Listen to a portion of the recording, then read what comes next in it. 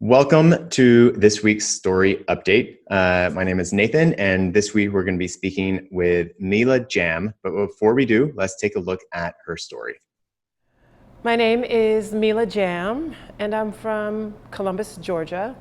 So I created this drag persona, Brittany Houston, who is the pop parody princess of music videos. I was having a moment of success, and I got a call, and I was asked to be on a big TV show in London. And after getting all of these followers on YouTube and on my channel and doing these parody videos and lip syncing, I was like, oh my God, this is such a cool opportunity. I'm so excited to go to London and do something fun. I got to go to London for 2 days, all expense paid. They had a driver for me waiting for me, my own hotel accommodations, a trip around London, going to the London Eye. I had backup dancers that were not told I was gonna have. And I was performing with Grammy award-winning producer Mark Ronson. And I'm on stage, lip syncing, with Mark Ronson lip playing on the guitar next to me. And I'm feeling it, I'm into it. We have choreography and dancers, and it's just the crowd is loving it. And as superficial as it kind of came off, it just felt it felt half fulfilling. It felt like, this is great, but it's kind of not me, it's an act. And I'm just kind of like, I want to be myself. And it kind of ate me up so much that it just I had an epiphany.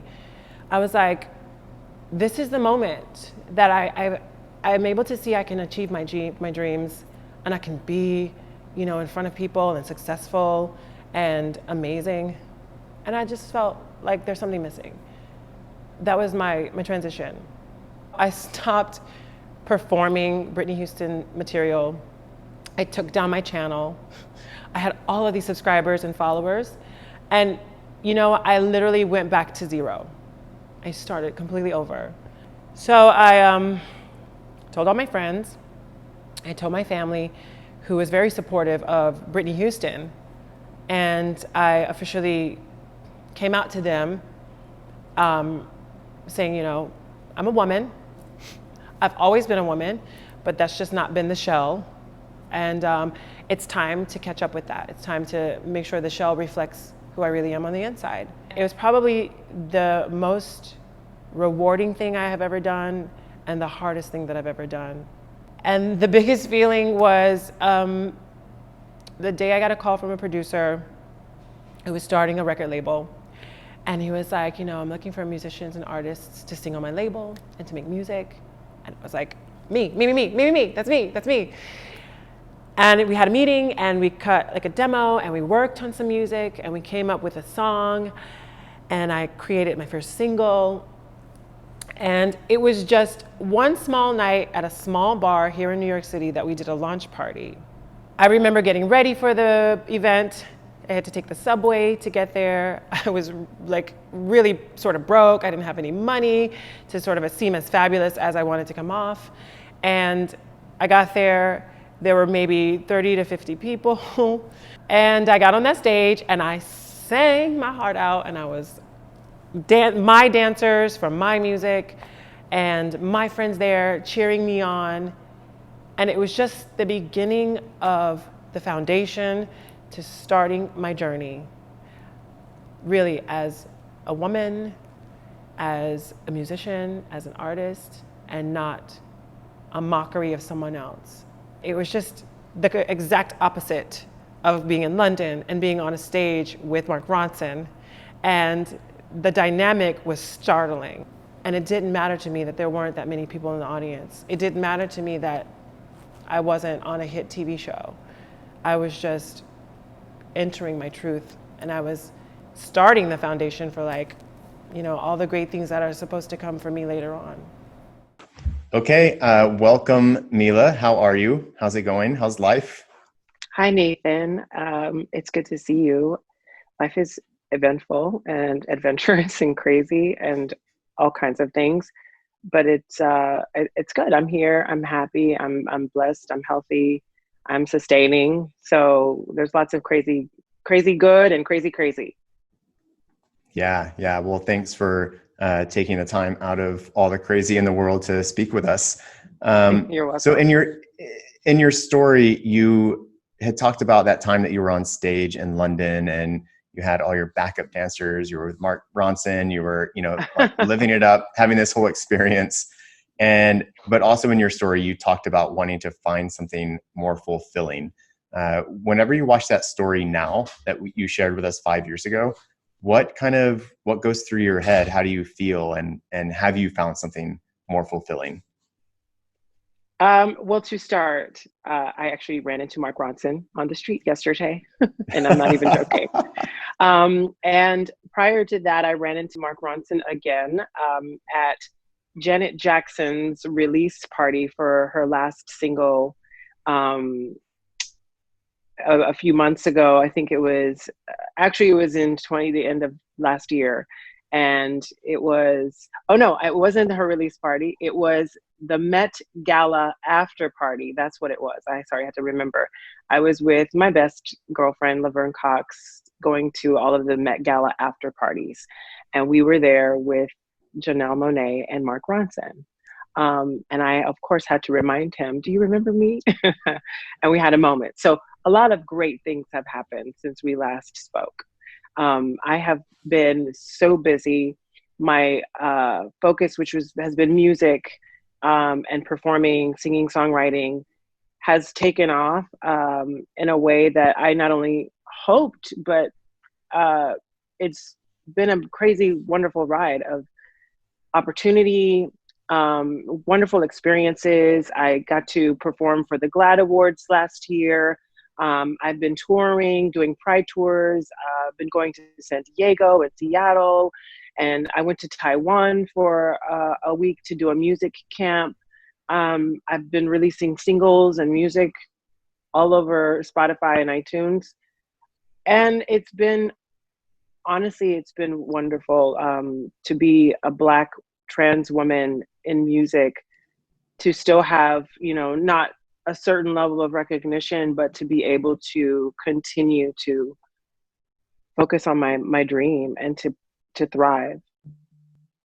Wow, that sounds amazing. It sounds like you have been fulfilled these I've been a past five busy years a gal. lot. Yeah, that's amazing. Well, congratulations on all that stuff. Thank Um, you. I follow you on Facebook and Instagram, and we keep in touch sometimes. And I Yeah. remember that it might have been a year ago, maybe 2 years ago, you released a music video. Can you remind me Hmm. the title of the music video? uh, I think you mentioned like the last time. Yes, yeah, like the last time. And Yeah. I only read a little bit about it when you were posting about it, about the male lead in it, and there was an experience that happened. Can you kind of take us through what happened? Yeah, so this video was set to be an homage to a music video I really love by Britney Spears, which is called um, "Don't Let Me Be the Last to Know." I wanted to just show the simplicity and the love and the beauty of like a trans woman, meeting this man, this lover, and kind of just how effortlessly, love kind of happens. You just fall into it. And like on set, everything just went according to plan. I mean, the guy that we used, we found him, we did like a light casting, and we were saying, that we were doing a music video for a song, and we paid him and everything. And he was all about it. And on set, we were cool, we were laughing, we were buddy buddy. And it wasn't, the focus was not to be like, hey, I'm a trans woman. It was supposed to be about chemistry. It was supposed to be about the moment and the experience. And, it wasn't until after we filmed it, we were having a dialogue about the process of, finishing a project. You will get to see the footage. You will get to see the scenes we edit, what we're going to put, we won't be too extreme. We want to have your opinion, or, we want to have your input and make sure that you feel comfortable. But then, like I mentioned to him after we talked for a little bit, I was like, I'm trans, and he was super shocked, but he didn't show it. He kind of like made it seem like it wasn't a big deal. And I don't know if this was just his way of bluffing, but he was like, oh, I know people in the community, or like, I have friends who are, in the gay community, and it's no big deal, essentially. And every single day after that first initial conversation, after we had filmed the video, he was like, yeah, let me see. I don't know if I would like to be seen in this scene, or I don't know if I want this to happen. We were so compliant. No problem. Make sure you feel comfortable. By the end of the week, he had literally been like, I don't want to be in this. I don't want to be seen. I don't want to be a part of this. Take me out of the video. We had already paid him. It was just one of those things where we were kind of devastated. We were in a different location where I didn't live. So it wasn't something we could just, reshoot very quickly. And I was like, what? Like, we had negotiated with him how to make this work for a week plus.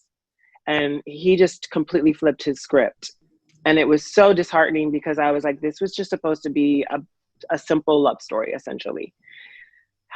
So the best thing that happened, to be honest with you, is I thought we were going to scrap it. We were going to cut the video and just be like, no, we won't put it out, and we're not going to do anything. And I said, you know what? I want to make this a point to talk about what happens when, not only in productions, but in life and in dating, how often men consider us trans women, as partners, as someone that they want to be with, but completely write us out and change the whole narrative so quickly on us. And it just reflects exactly what I experienced in dating. So I just decided to blur him out and keep him in the video to prove the point that love can't be blurred. Like, you can't, the people that we learn to love and grow with, you have to learn how to like incorporate them into your life, and you have to incorporate yourself into their life if they mean something to you. And obviously we were not dating, and we're not together for real. I do think that there were some real feelings that had developed, and that probably scared him even more so. But it drove home the point, and I think it made the video that much more relevant by all of this happening. Yeah, so y'all literally went back and blurred his face throughout the whole video, right? Yeah, we were like, we're not trying to like start. I have a level of respect for people, and I understand that, even in this industry, there are things that we should and shouldn't do. However, I was like, we paid you, we filmed this, you literally just sabotaged the whole project.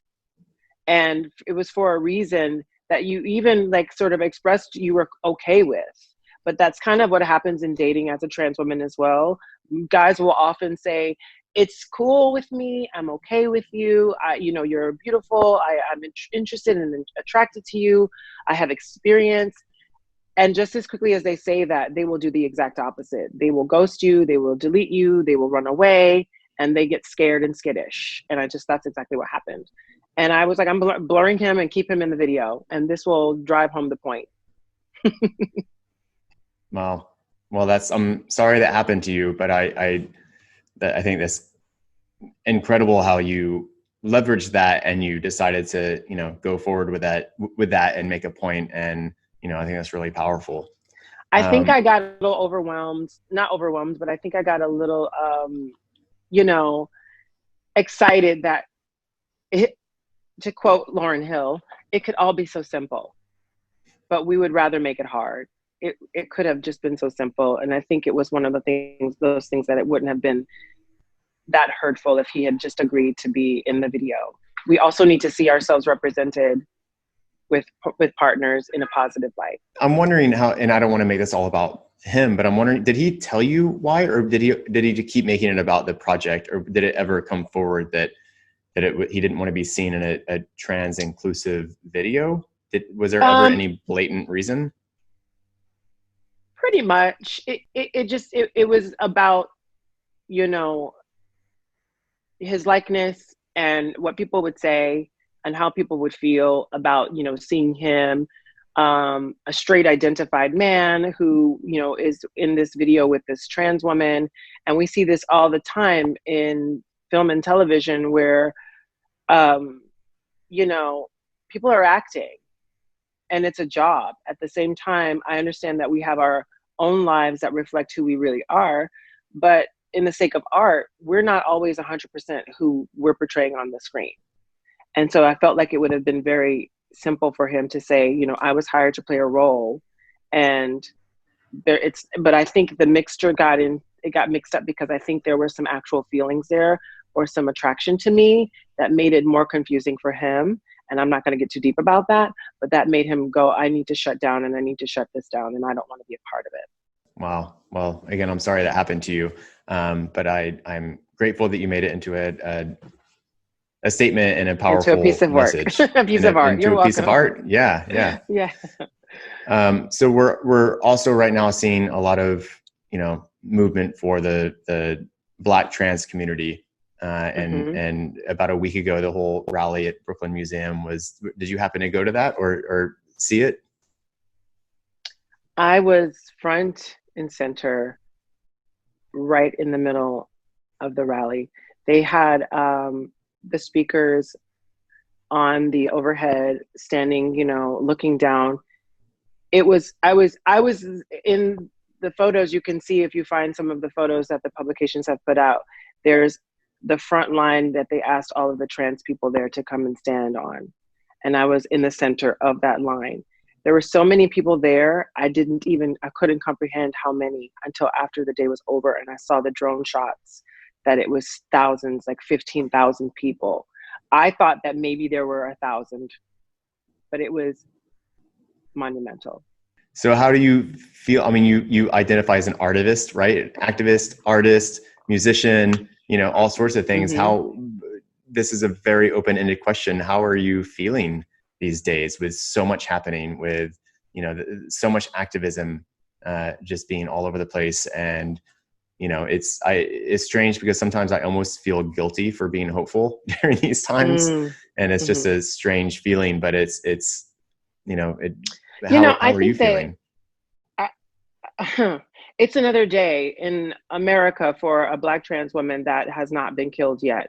And I don't plan on dying anytime soon. However, this is something that we face often. This is just an exacerbated situation where people are talking about it and fighting for it. And the killings of Black people, Black trans people, Black women senselessly is happening so often and all the times, and it just rarely gets reported the way that it should get reported. And we're finally in a version of all the uprisings that have happened over the decades. Here we are in 2020 experiencing, civil rights movements. And I'm empowered. I feel that it's part of my experience to, I quote a lot, like someone like a Nina Simone, to reflect what's going on and what's happening. And so I just feel like I'm such a part of that. And I would be remiss if I just sat at home and I didn't do anything about it. And I don't really feel like I have time to be scared, because I can't be scared as a trans woman. That's like, I have to live my life and I have to, make the best of what I have and what I've been given. So it makes me feel like I need to be as proactive as possible. Obviously my well-being and my self-care needs to come first. It sort of started with me. I didn't really have many intentions of protesting physically and going out because we're still in the middle of a pandemic. But I was asked to go to Stonewall on June 1st to read names of trans people we've lost. And that day I hesitated and I almost didn't go. I almost had a moment of not going, but I went. I showed up. I stood in solidarity with the community. And then I got up and I just spoke from the heart. And that turned into words that have been resonating with people since then. It's been sort of like my manifesto and my mantra, because it was just a time for me to have a moment with our community. So I've been out there protesting, and it's important to me that we put down our we just put down our ego, and we just go out and do what's right. Wow, that's amazing. Well, again, thank you for all the work that you're doing. What else is going on in your life? Is there any other updates or anything else you want to share with the viewers about what you're doing, or yes, what's of going course. So I did start a campaign that kicked off about a year ago. Oh, not a year exactly, almost a year ago, I shot a music video for a song of mine called Masquerade, and I painted the words "Stop Killing Us" all over my body. It was the first incarnation of this. And then later in the fall, I was asked to perform on Monet Exchange's talk show on the Build series as her first musical guest. And I just decided to like take it to the next level. So this visual artist, friend of mine, you know, he does body painting. We painted my body again in the word "Stop Killing Us," and it was part of my reveal on the talk show. And I took a photo of that in the middle of the street down in Soho near NYU, and it had gone viral.